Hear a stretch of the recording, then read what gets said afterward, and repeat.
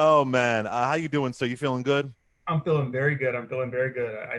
One of the questions I have for you that I've been thinking, sort of listening to you sort of talk about things, is what's next? What does victory for the Biden administration look like to you in January or February? Because I've been telling people, if you think Trump's going to jail in January or February, that's not going to happen, and that's not my focus.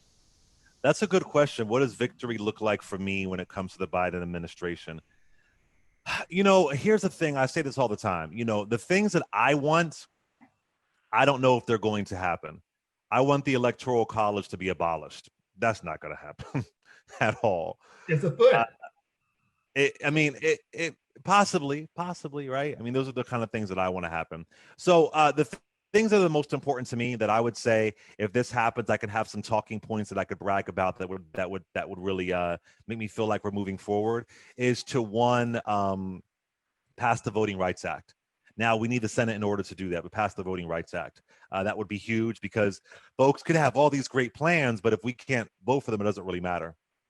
Two, pass the George Floyd Policing Act, which does one huge thing: ban qualified immunity. So police officers can finally have some kind of accountability.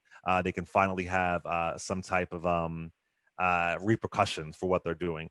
And the other thing for me, which it appears to some degree it might happen, is forgive student loans. Forgive student loans. And I love that Chuck Schumer and Elizabeth Warren are on it, but forgive student loans. I say that $50,000 mark. I don't think it'll hurt anybody to do it. I think it'll be a great thing. So those are the realistic things that I think would resonate with me, that would make me feel like, okay, we are moving forward. We are doing the right thing. And also quiet. I want to go back to normal. I don't want to have the 24-hour 7 days a week news cycle. I don't want to know every minutia of who's in your cabinet. I mean, I might know those things, but to. I don't want to have a Democratic version of Sarah Huckabee Sanders. Quiet, calm, peace, where kids aren't seeing some crazy orange psycho babbling on television. You know, Respect and order. That's what I'm looking forward to. That would mean a lot to me because this has been stressful. This has been stressful and it's been confusing and it's been bizarre. So those are some key things that would mean a lot to me. But the ultimate one is abolishing the Electoral College, which folks think if we had the Senate that it would still happen. No, you have to get a certain amount of votes, like in the House, in the Senate, beyond just a tie. So it's very difficult to do. And when it almost happened in 1970, believe it or not, it was bipartisan because the 1968 presidential election was so crazy that Democrats and Republicans felt like, okay, this needs to be one person, one vote. But then, of course, there was a filibuster and they blocked it. So those are the things that would mean a lot to me. And listen, we're not going to get everything that we want. And also, the things that I want as well are on a local level. On a local level, the things that I want, that I think about, that I want to happen in New York or in Jersey or in my hometown of Philadelphia, they are on a local level. So I'm excited to see what Jamal Bowman's going to do in New York. I'm excited to see what a lot of local folks are going to do in their areas. That Corey Bush, for example, in Missouri. I'm excited to see what they're going to do, and that's really important to me. So yeah, what about you, Alan? I don't know what the vision's going to be, because for people, I keep telling them, I find Trump to be like Apple Music. He's changed the game of how politics were in the past. So you're not going to be able to buy a full album anymore. You're only going to get the songs that break through, that are promoted by certain people. And that's the problem with the democracy now, that even out of office, he may be as big a danger as he was in office, because people are going to be so distracted about what is he doing, who is he talking to, where is he selling, that people no longer understand what community is. And I think, one of my concerns is, what about the children? What have we told them about education, and what have we told them about a democracy and sort of how we treat people and speak to people?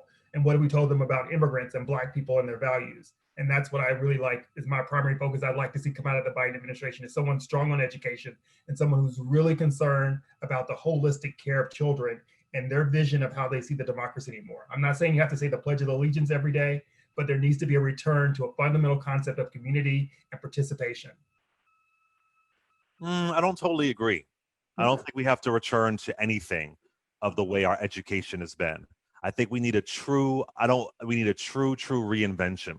I don't want to return to anything. Yeah, okay. Well, I mean, that's exactly reinvented in a way. Exactly. So Yeah, after, yeah, because repaired and reinvented. Absolutely, absolutely, because because they're the way not the factory way jobs out there anymore. yeah, I also don't want kids being taught the bullshit I was taught in school. You know, one of the things that's very important to me is cross-cultural education. I say this all the time, that it should be a mandate that Black history is taught in schools. I know teachers who have gotten in trouble for teaching Black history.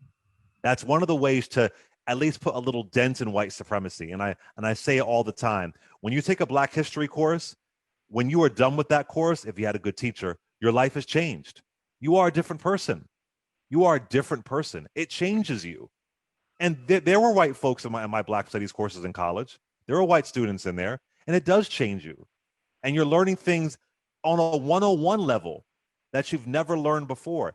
Every single person should know the Electoral College is rooted in slavery. Every single person should know that. Whenever you see Electoral College on the news, you should know it is a relic of slavery. And when you know something is a relic of slavery, hopefully maybe a new generation can make sure the work goes in to actually change that. Every single person should know that. Every single person should know the Emancipation Proclamation did not free the slaves. Novel. It was a war document. It was a war document that allowed the North, that allowed black folks in the South to fight with the North. Every single person should know that. That's crucial to know. And then on maybe a more emotional debate kind of level, every single person should know that every movement that's happened in this country, whether it's women's suffrage, whether it's Native Americans, whether it's Black folks, it wasn't politicians liking them. It was that group rising up and saying no more. It was that group saying, you will listen to me. No Lincoln, no FDR, no LBJ. That's what they should know. Those are basic things. I'm tired of these freaking presidents getting so much credit. It's ridiculous. The reason why Obama had such phenomenal criminal justice reform is because folks were saying this must be corrected. The 1986 anti-drug abuse law, the 1988 anti-drug abuse law, the 1994 crime reform bill, these things must be corrected. You must fix this. It wasn't Obama. It was people saying no more. And Obama thankfully listened. So these are the things that we have to know. And if we don't know it, it is a disservice. It is a disservice to this country. It is a disservice to our children.